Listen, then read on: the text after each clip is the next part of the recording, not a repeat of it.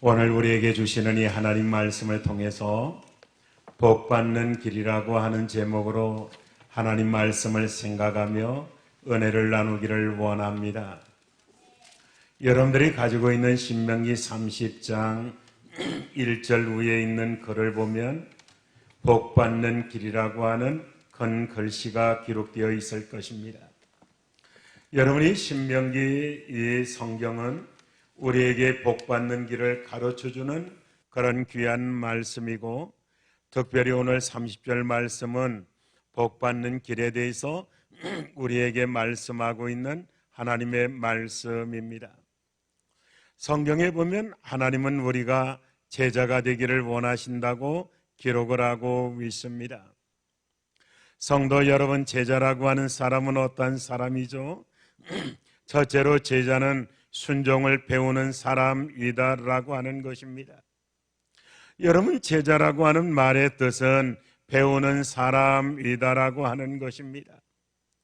제자에 해당하는 원어 마데데스라고 하는 이 말의 어근 마드에서 매더매틱스라고 하는 수학이라고 하는 말이 나온 것은 매우 의미가 있는 일입니다. 여러분, 수학은 배우지 않으면 불가능한 것입니다. 여러분, 배우지 않으면 틀리지 않고 수학 문제를 맞힐 수가 없는 것입니다. 성경은 말씀하시기를 나의 멍에를 메고 내게 배우라 이렇게 말씀합니다. 그 다음에 두 번째로 이 제자라고 하는 것은 훈련된 사람이라고 하는 것입니다. 영어로 제자는 disciple이라고 하는 말입니다. 그런데 훈련이라고 하는 말은 disciplin이라고 하는 말입니다. 이 제자와 훈련이라고 하는 말은 같은 어근에서 나왔다는 사실에서도 알 수 있는 것처럼 훈련이 없는 제자는 있을 수 없다라고 하는 것입니다. 제자가 된다는 것은 단순히 결단과 감상이 아닙니다. 결단하는 순간부터 제자가 되기 위해서 구체적인 훈련을 받아야 합니다. 여러분, 그 훈련은 말씀에 순종하는 훈련입니다. 말씀 앞에 구체적으로 순종할 줄 아는 훈련, 이 훈련 앞에 나 자신을 드리겠다는 결심 말입니다. 바로 그가 제자라고 말입니다. 그 다음에 세 번째, 제자는 순종하는 사람이라고 하는 것입니다. 우리 예수님이 제자를 부르실 때마다 언제나 예의 없이 강조하는 말씀이 있습니다. 그것은 나를 따라오라는 말씀입니다. 우리 예수님의 제자가 된다는 것은 지금부터 그분을 따라간다는 것입니다. 나를 장미꽃 화원으로만 인도하는 것 아닙니다. 어떤 때는 험한 가시밭길도 넘어가야 하는 것입니다. 여러분, 그래도 따라가는 것이 제자다라고 하는 것입니다. 영광의 나라 하나님 나라에 입성하는 그 순간까지 우리 예수님을 진정으로 따르는 사람이 예수님의 진정한 제자라고 하는 것입니다. 여러분, 우리가 여기에서 순종에 대해서 한 번 더 주제를 가지고 말씀을 나누려고 합니다. 현대에 있어 가장 싫어하는 주제가 순종이라고 그렇게 얘기를 합니다. 우리가 살아가고 있는 이 시대는 개성 중시 시대입니다. 개인주의가 아닙니까? 개인의 자유를 최대한 중시하는 그러한 사회입니다. 그런데 누구에게 예속시키는 듯한 순종이라고 하는 주제는 많은 사람들이 싫어하고 멀리한다고 합니다. 그러나 우리는 성경을 들어야 합니다. 그리고 그 의미를 알아야 합니다. 순종이라고 하는 것은 복받는 길이다라고 하는 것입니다. 다른 말로 축복의 지름길이다라고 하는 것입니다. 여러분, 우리가 성경에 보면은 하나님이 쓰시고 하나님이 은혜를 입혀주시고 하나님이 복을 허락해 주신 사람들 거의 모두가 다 순종의 사람들이라고 하는 것. 하나님은 전능하시지만 순종하지 않는 사람을 사용한 적 없습니다. 오늘도 하나님은 순종하는 사람을 통하여 하나님의 뜻을 보여주시고 하나님은 그 사람들을 통하여 하나님의 비전을 나누시고 하나님은 순종하는 사람을 통해서 하나님 나라를 확장시켜 나간다라고 하는 것입니다. 그럼 우리가 여기에서 순종의 대상, 누구에게 순종할 것인가를 생각해 보려고 합니다. 첫째로 신명기 30장 20절에 보면 하나님과 그 말씀에 순종해야 할 것을 말씀하고 있습니다. 올해 신명기 30장 20절 말씀을 다 같이 읽습니다. 시작. 내 하나님 여호와를 사랑하고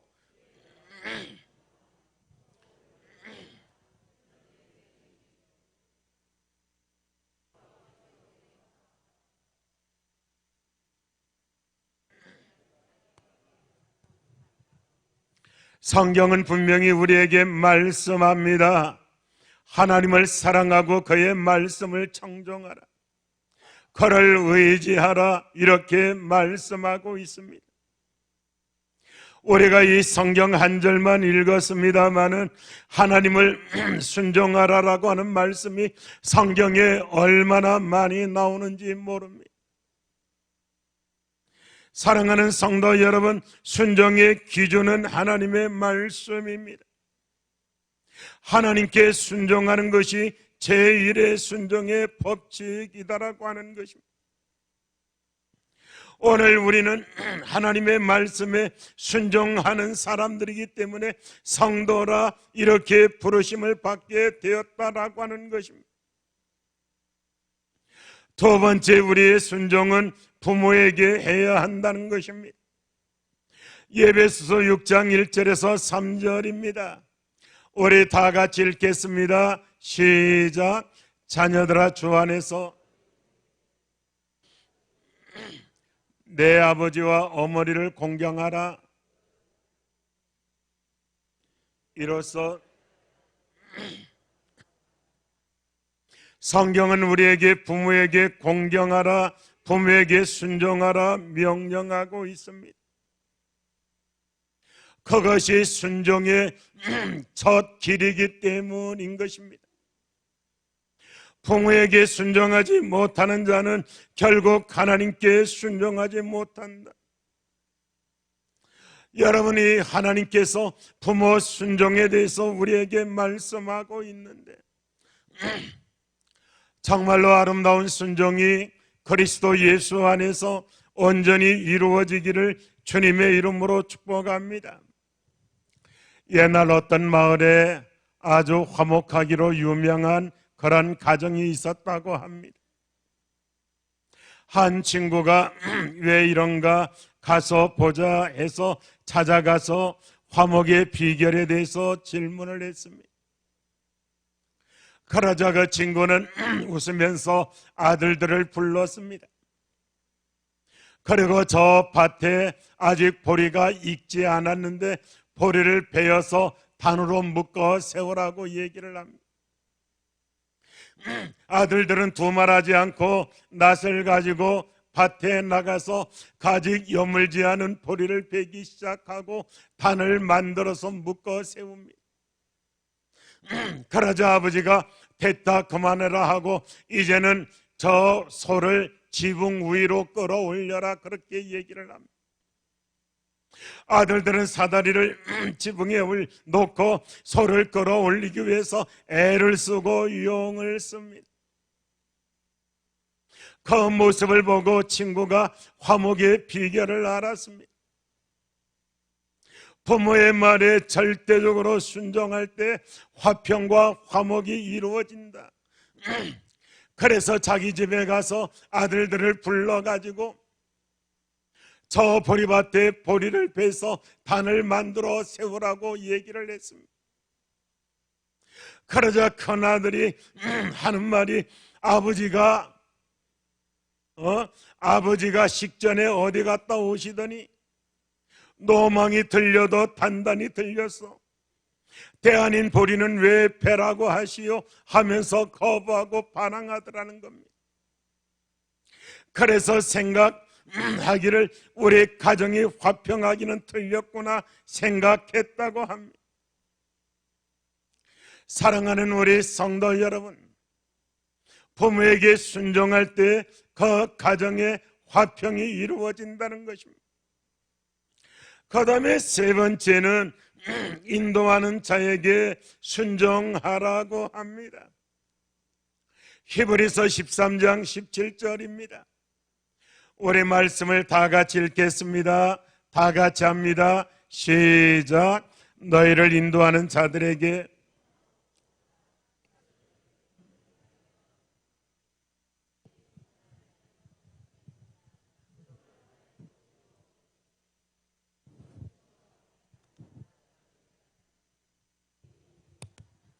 여기에서 많은 사람들은 오해와 갈등이 있다고 얘기를 합니다. 여기에서 많은 사람들은 이 순종이라고 하는 단어에 대해서 굉장히 배타적이기 때문에 주의 종에게 순종한다 그리고 복종한다 여기에 대해서 아주 격려를 일으키는 사람이 있습니다. 여기에서 주의 종에게 순종한다는 것 오해하지 마시기 바랍니다. 정상적인 예배에서 하는 바른 성경 해석에 근거한 권면 아시겠습니까? 정상적인 예배에서 하는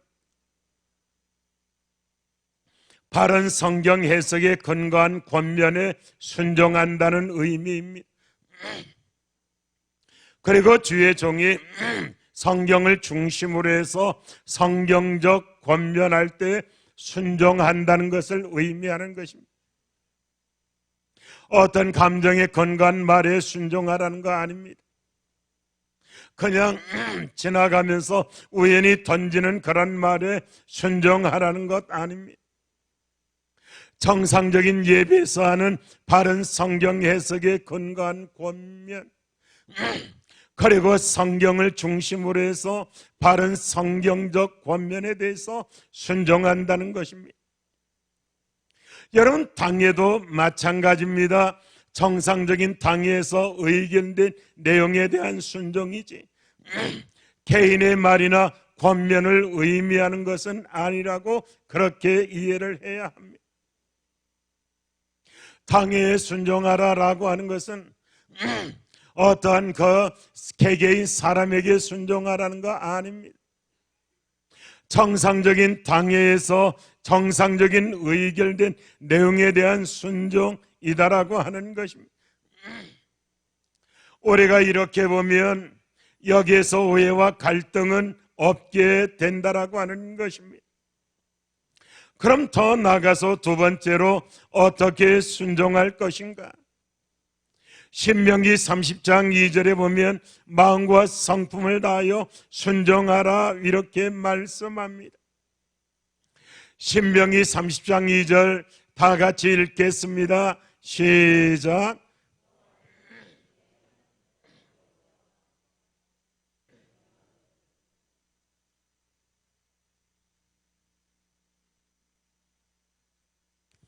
여기에 보면 마음과 그리고 성품을 다하여 마음을 온전히 다하고 뜻을 다하고 하나님 말씀을 청종 다른 말로 순종하면 이 말씀입니다. 하나님은 이렇게 마음으로 순종하는 사람을 좋아하십니다. 하나님은 순종한 사람에게 은혜를 베풀어 주십니다. 저는 아브라함과 이삭과 야곱과 그리고 이런 족장들을 생각하면서 저는 그런 생각을 가졌습니다. 왜 여기에서 이삭이 제일 오래 살았을까? 이삭보다 아브라함은 더 훌륭하지 않는가? 아니, 이삭보다 야곱은 더 많은 일을 하지 않았는가? 그런데 왜 아브라함은 175세를 살고 야곱은 147세를 살았고 요셉은 110살을 살았는데 왜 이삭은 180살을 살았을까? 여러분, 성경학자들은 성경에서 예수님을 가장 닮은 사람이 누구냐 이렇게 묻는 질문에 이삭이라고 하는 대답하기를 주저하지 않습니다. 이삭이 모리아 산에서 아브라함에 의해서 번제 드릴 뻔한 사건 말입니다. 그리고 이삭의 모든 삶에 보면 이삭은 순종의 사람이었다라고 하는 것입니다. 여러분, 아브라함에 대해서는 성경 창세기에 아주 길게 나와 있습니다. 야곱도 마찬가지고 요셉도 마찬가지인데 이삭은 성경에 그렇게 길게 나와 있지 않습니다.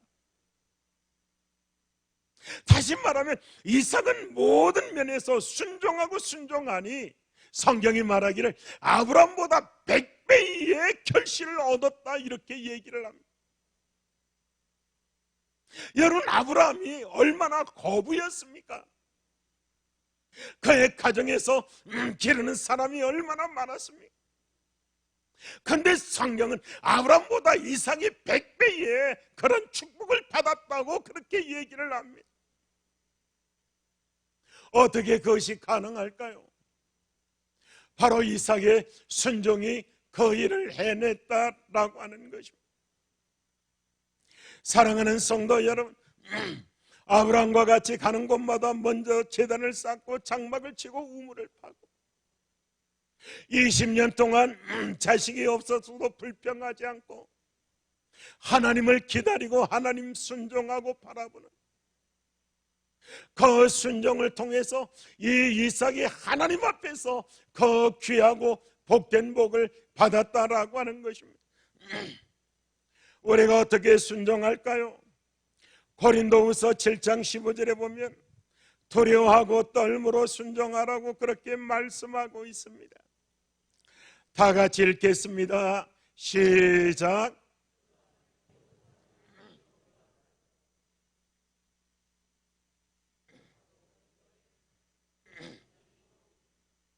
세 가지를 말씀드립니다. 첫째는 두려워하고 떨므로 순종하라고 합니다. 둘째는 믿음으로 순종하라고 합니다.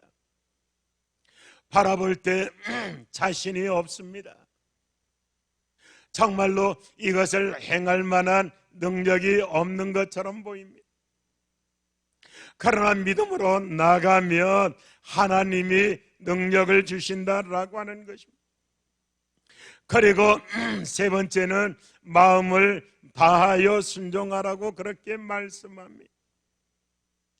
이렇게 두려워 떨므로 그리고 믿음으로 그리고 마음으로 순종할 때, 다시 말하면 성령으로 순종할 때 하나님의 종이 되고 하나님의 제자가 되고 축복의 길이 열리고 형통하게 된다라고 하는 것입니다. 지금도 있습니다마는 옛날 한일합섬이 마산에 있어서 전에서 많은 그 여직공들이 와서 그 회사에서 공부도 하고 돈을 벌어서 생활에 보탰습니다. 하루는 한 부서에 여직공이 들어와서 반장이 그 기계에 대해서 이야기를 해주고 배워줍니다. 그리고 마지막에 이런 얘기를 합니다. 만약 문제가 생기면 기계를 스톱하고 지체 없이 나에게로 달려와서 이 얘기하라고 그렇게 얘기를 합니다.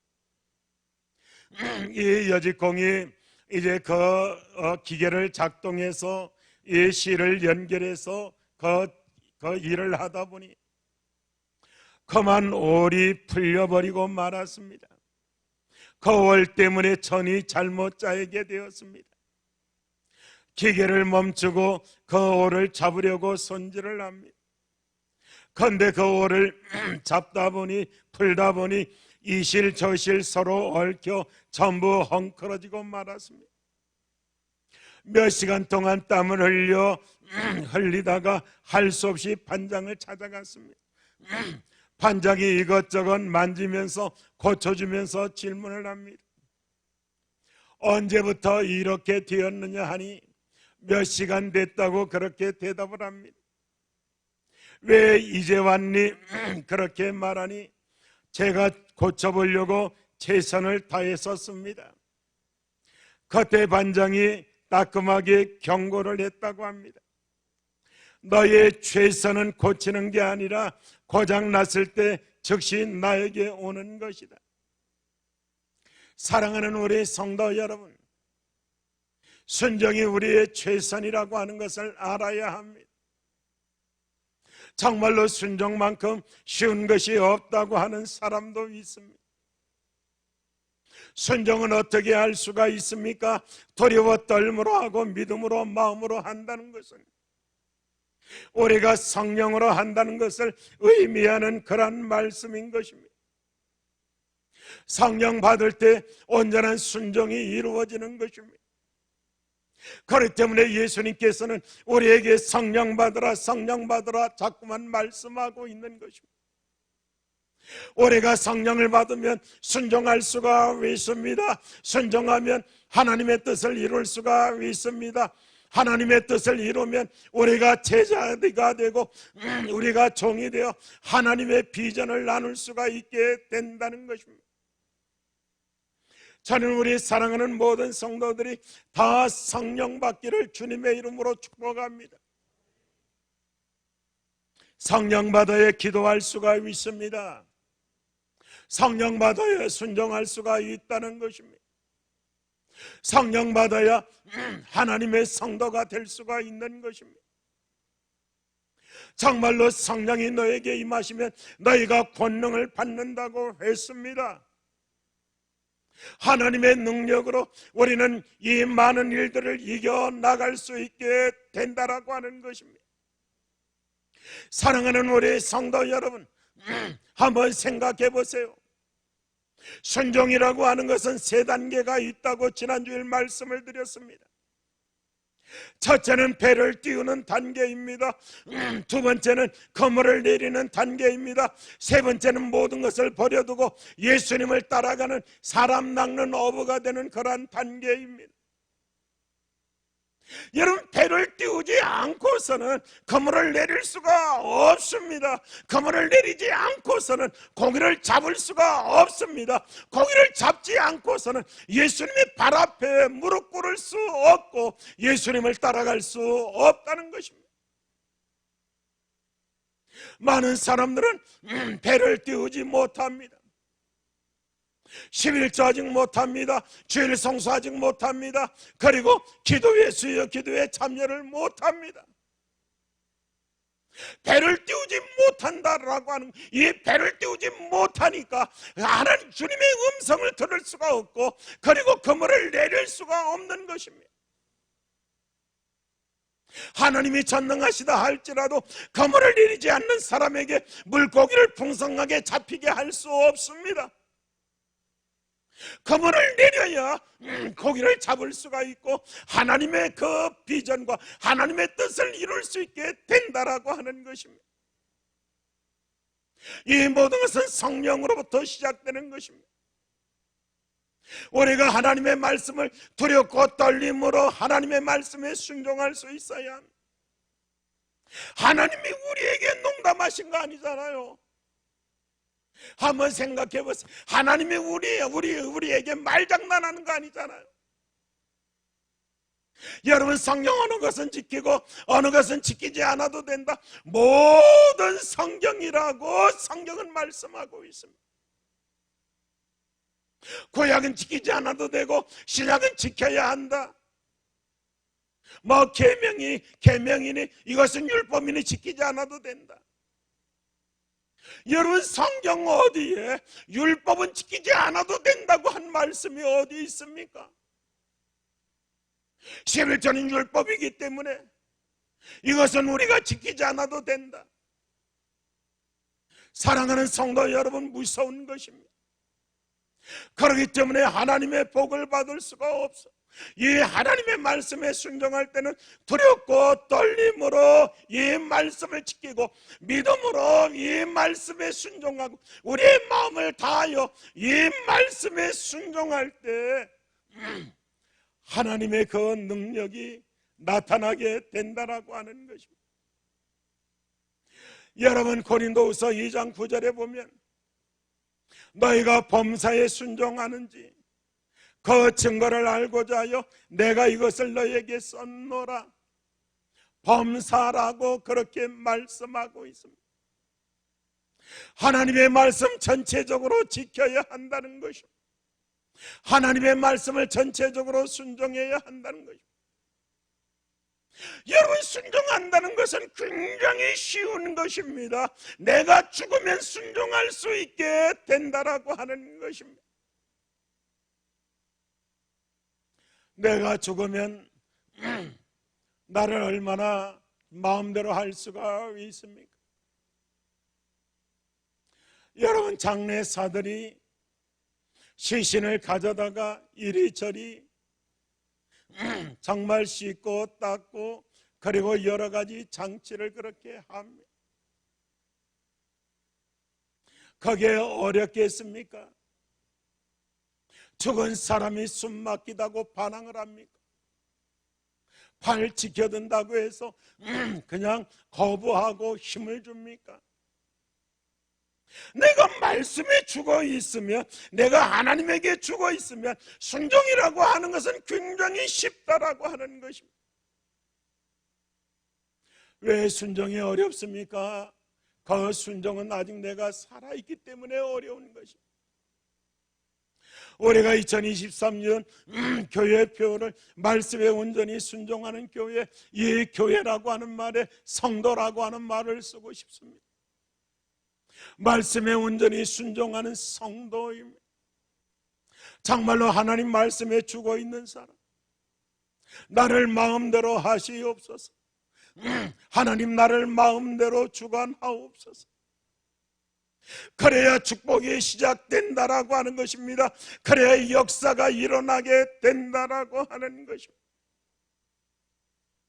우리가 여기에서 조금 더 들어가서 순종하는 자가 받는 복에 대해서, 우리가 누구에게 순종해야 합니까? 하나님에게 순종해야 합니다. 굉장히 중요한 일입니다. 부모에게 순종하는 일도 중요합니다. 주의 종에게 순종하는 일도 중요할 것입니다. 그러나 이 모든 것은 하나님께 순종하는 것을 의미하는 것입니다. 어떻게 순종할 것인가에 대해서 말씀을 드렸습니다. 그럼 이제 세 번째로 순종하는 사람들이 받는 복에 대해서, 첫째로 신명기 1장 36절에 보면 약속의 땅을 얻게 된다라고 합니다. 다 같이 읽겠습니다. 다 같이 읽습니다. 시작. 오직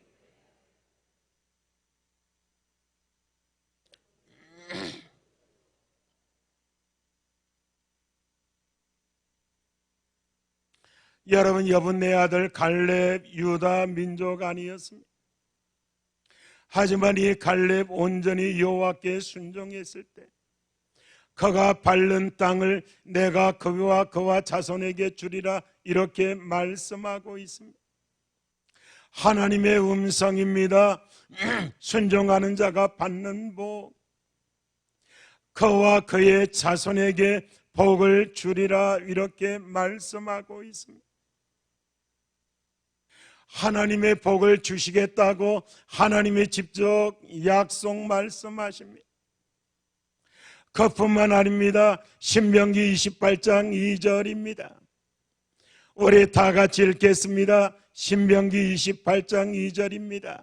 같이 합니다. 시작. 내가 내 하나님 여호와의 말씀을 청조한 이 모든 복이 내게 임하여 내게 이르리니 성읍에서도 복을 받고 들에서도 복을 받을 것이며 내 몸의 자녀와 내 토지의 소산과 내 짐승의 새끼와 소와 양의 새끼가 복을 받을 것이며 내 광주리와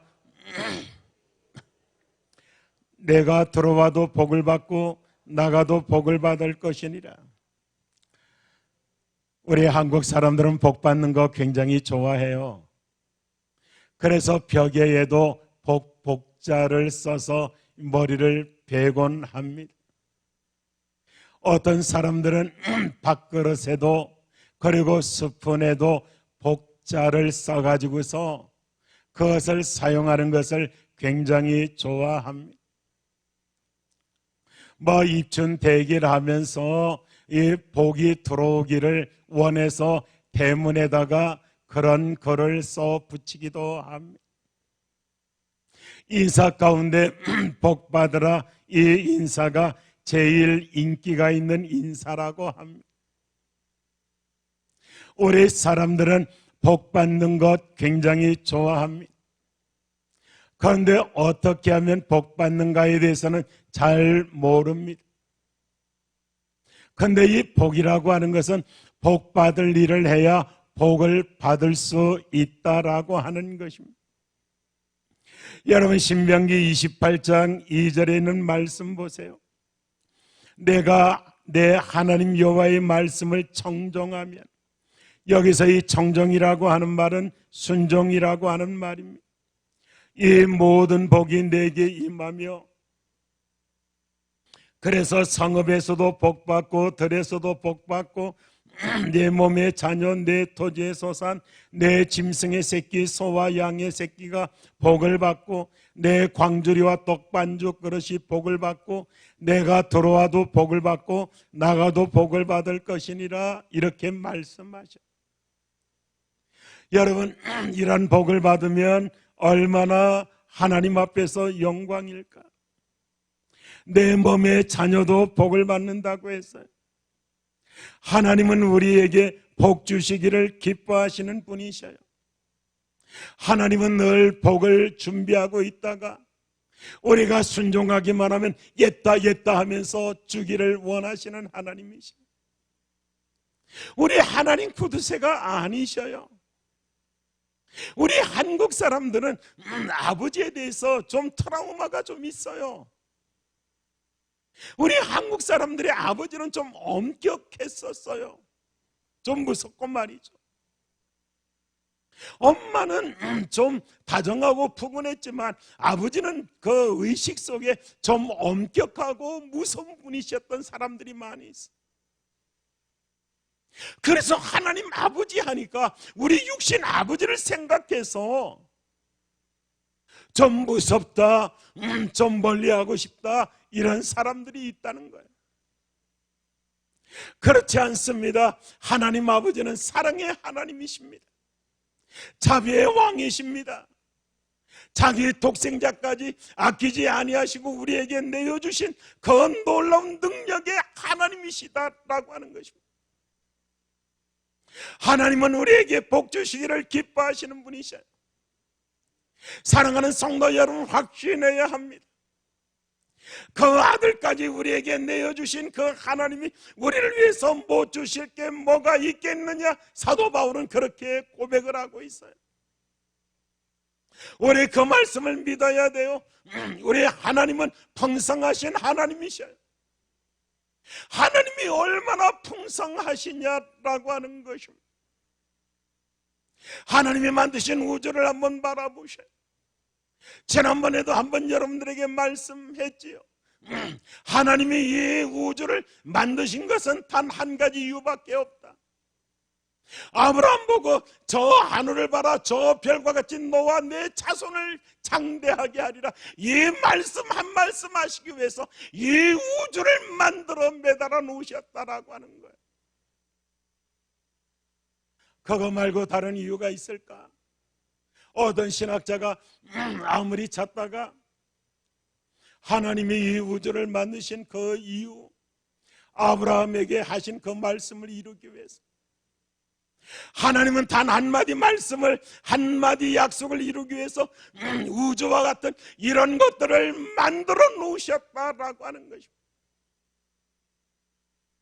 그 하나님께서 우리에게 독생자를 허락해 주시고, 이 독생자를 통해서 우리의 죄를 용서하시고 우리에게 영원한 하나님의 나라를 허락해 주셨다라고 하는데, 이 모든 은총은 바로 순종에서 시작된다라고 하는 것입니다.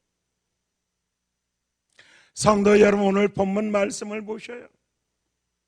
오늘 본문 말씀 9절과 10절 말씀 보셔요.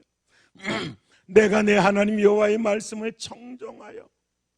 올해 9절과 10절 말씀을 올해 한 번 더 읽겠습니다. 너무나 중요하기 때문에 한 번 더 읽습니다. 다 같이 합니다. 시작. 내가 내 하나님 여호와의 말씀을 청종하여 이 율법조에 기록된 그의 명령과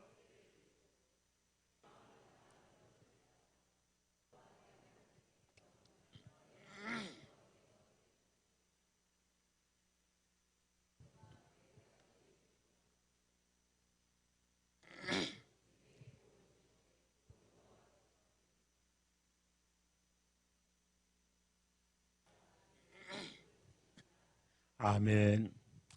여러분, 이 말씀을 몇 번 반복하고 있어요. 여러분, 이 9절과 10절 말씀을 신명기에 보면은, 그리고 레위기에 보면은 몇 번 말씀을 반복해요. 말씀을 반복한다는 것은 이 말씀이 실제라고 하는 것, 진실이라고 하는 것, 그리고 반드시 이루어진다라고 하는 것. 여러분, 9절 내 하나님 여호와의 말씀을 청종하여 율법제에 기록된 그의 명령과 규례에 내 마음을 다하며 뜻을 다하여 여호와 내 하나님께 돌아오면 순종한다는 말이죠. 내 하나님 여호와께서 내 손으로 하는 모든 일, 내 몸의 소생, 내 가축의 새끼, 내 토지의 소산 많게 하시고 내게 복을 주시되 여호와께서 내 조상들을 기뻐하신 것과 같이 너를 다시 기뻐하사 내게 복을 주시리라, 이렇게 말씀하셔요. 복 받는 비결 쉽습니다. 하나님 말씀에 순종하면 됩니다. 하나님 말씀 순종하는 거 쉽습니다. 성령 충만하면 됩니다. 성령 충만하기 쉽습니다. 하나님 앞에 나와서 120 문도처럼 하나님 앞에 전적으로 기도하면 됩니다.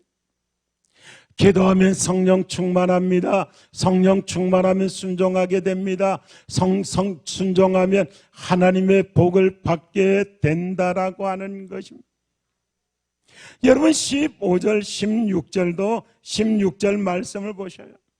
내가 오늘 내게 명령하여 내 하나님 여호와를 사랑하고 그 모든 길로 행하며 그의 명령과 규례와 법도를 지켜라 하는 것이라. 순종하라는 말입니다. 하나님 말씀에 순종하라는 것이죠. 그래야 하면 내가 생존하며 번성할 것이요, 내 하나님 여호와께서 내가 가서 차지할 땅에서 내게 복을 주실 것입니다, 이렇게 말씀하고 있어요. 성경은 순종을 요구하는 책이에요. 우리의 가장 귀한 가치가 바로 하나님 말씀에 순종하는 것이다 라고 하는 거예요. 예배 드리는 것 순종입니다.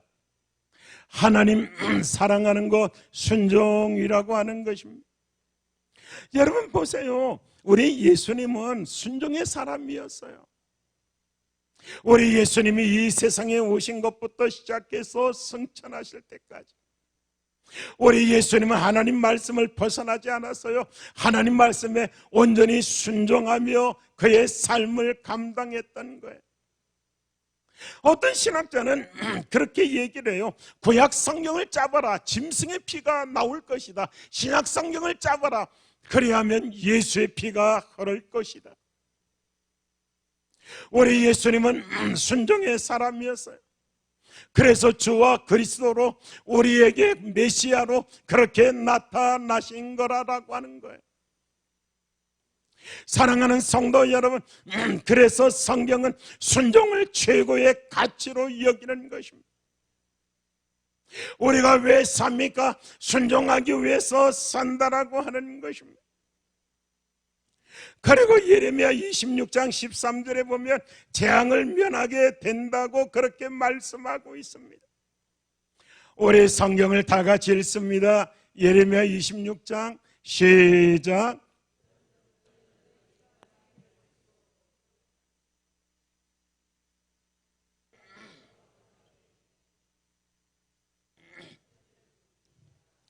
오늘 이 말씀은 대단히 중요한 말씀입니다. 너희 길과 행위를 고치고 너희 하나님 여호와의 목소리를 청종하라, 순종하라, 듣고 복종하라. 이 청종하라는 말은 듣고 복종하라는 그런 의미입니다. 그래야면 여호와께서 너희에게 선언하신 재앙에 대하여 뜻을 돌이키시리라. 여러 가지 문제가 있다고 어려움을 고백하는 사람이 있습니다. 일이 안 풀린다고 눈물로 기도를 요청하는 사람도 있습니다. 길이 막혔다고 하나님에게 은혜를 구해달라고 간청하는 그런 분도 있습니다. 저는 그런 분들에게 이런 질문을 합니다. 하나님 말씀에 얼마만큼 순종했는가? 왜 이런 재앙이 왔는가? 순종하지 않으니까 순종하라고 하나님께서 너희에게 선언하신 재앙에 대하여 뜻을 돌이키시리라 이렇게 말씀하신 것처럼 순종하면 형통합니다. 순종하면 길이 보입니다. 순종하면 여러분 하나님의 아름다운 그 첩경이 나타나게 된다라고 하는 것입니다. 하나님이 우리에게 원하는 것은 순종을 원하신다라고 하는 것입니다. 가령 형제에 우애하라. 그것은 하나님께서 순종하라는 말씀입니다.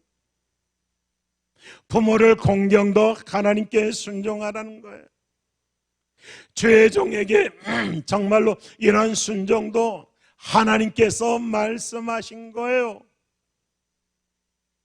여러분 우리가 봉사하고 우리가 교회에 여러 가지 많은 일들 하는 것도 이 순종도 하나님께서 우리에게 요구하신 순종이다라고 하는 거예요. 하나님이 우리에게 요구하시는 순종을 벗어날 수 없다라고 하는 것입니다. 그리고 순종하면 사도행전 보면 성령을 받게 된다고 그렇게 말씀합니다. 사도행전 5장 32절입니다. 우리 다 같이 읽습니다. 시작.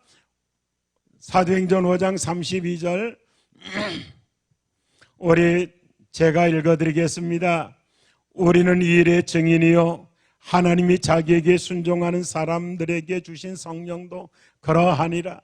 하나님이 자기에게 순종하는 사람들에게 주신 성령.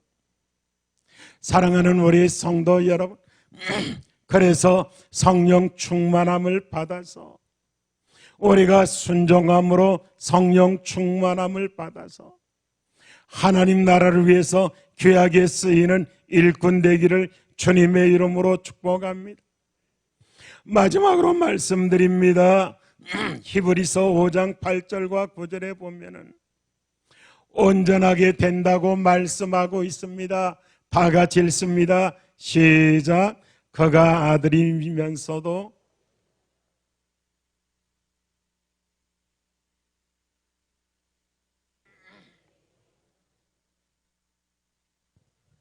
사랑하는 우리 성도 여러분, 사람이 어떻게 온전하게 될 수가 있을까요?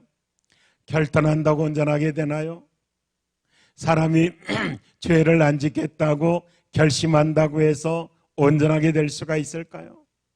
온전하게 되는 방법은 하나님 말씀에 순종할 때 온전하게 된다는 거예요. 말씀에 순종할 때 하나님은 그 사람을 온전한 사람으로 인정한다는 거예요. 아브라함이 죄가 없었을까요? 다윗에게 죄가 없었을까요? 하지만 하나님 말씀에 순종하려고 했을 때 하나님은 아브라함을 친구로, 다윗을 정말로 그 아름답게 그 예수의 그런 가문으로 삼으셨던 것을 우리는 볼 수가 있는 것입니다. 오늘 우리 사랑하는 성도들, 2023년도에는 무엇보다도 말씀에 순종하는 사람들, 말씀에 순종해야 기도할 수가 있죠. 말씀을 순종하면 성령 받게 되죠. 성령 받으면 더 순종하게 되죠. 그래서 기도하게 되죠. 그래서 하나님 나라의 귀한 일꾼이 된다라고 하는 것입니다. 순종이 최선입니다. 어떤 경건한 성도가 순종보다 더 쉬운 것은 없고 순종이 최선이라고 그렇게 고백하는 책을 읽어보았습니다. 그렇습니다. 나를 내려놓으면 순종할 수가 있는 것이죠. 순종하지 않기 때문에 많은 것들이 막히는 것입니다. 순종하면 많은 것이 열립니다. 자녀들에게도 열리는 것입니다. 그래서 우리 모든 성도들이 순종함으로 하나님 뜻을 이루어드리는 귀한 은혜가 넘치기를 주님의 이름으로 축복합니다. 축원합니다. 이 시간 우리 다 같이 통성으로 기도합니다. 순종에 대해서 2주간 동안 말씀을 들었습니다. 순종에는 3 단계가 있다고 했습니다. 배를 띄우는 단계, 그물을 내리는 단계, 그리고 사람을 낚는 단계라고 했습니다. 나는 지금 어느 단계에 있습니까? 아직도 배를 띄우지 못하는 그런 단계, 그래서 그물을 내리지 못하고 풍성한 고기를 경험하지 못하는, 사람을 낚는 그런 단계가 아닌, 아직 배를 띄우지 못하는, 주일 성수도 못하고 11조도 못하고 아직도 신앙의 기초도 떼지 못하는 그런 단계에 있지 않는가. 단계 떼게 하옵소서. 건너가게 하옵소서. 그물을 내리게 하시고 고기를 잡게 하시고 정말로 모든 것을 다 버려두고 예수를 따라 사람을 낚는 어부가 되게 하옵소서. 제자가 되게 하옵소서. 우리 다 같이 통성으로 하나님 앞에 기도합니다.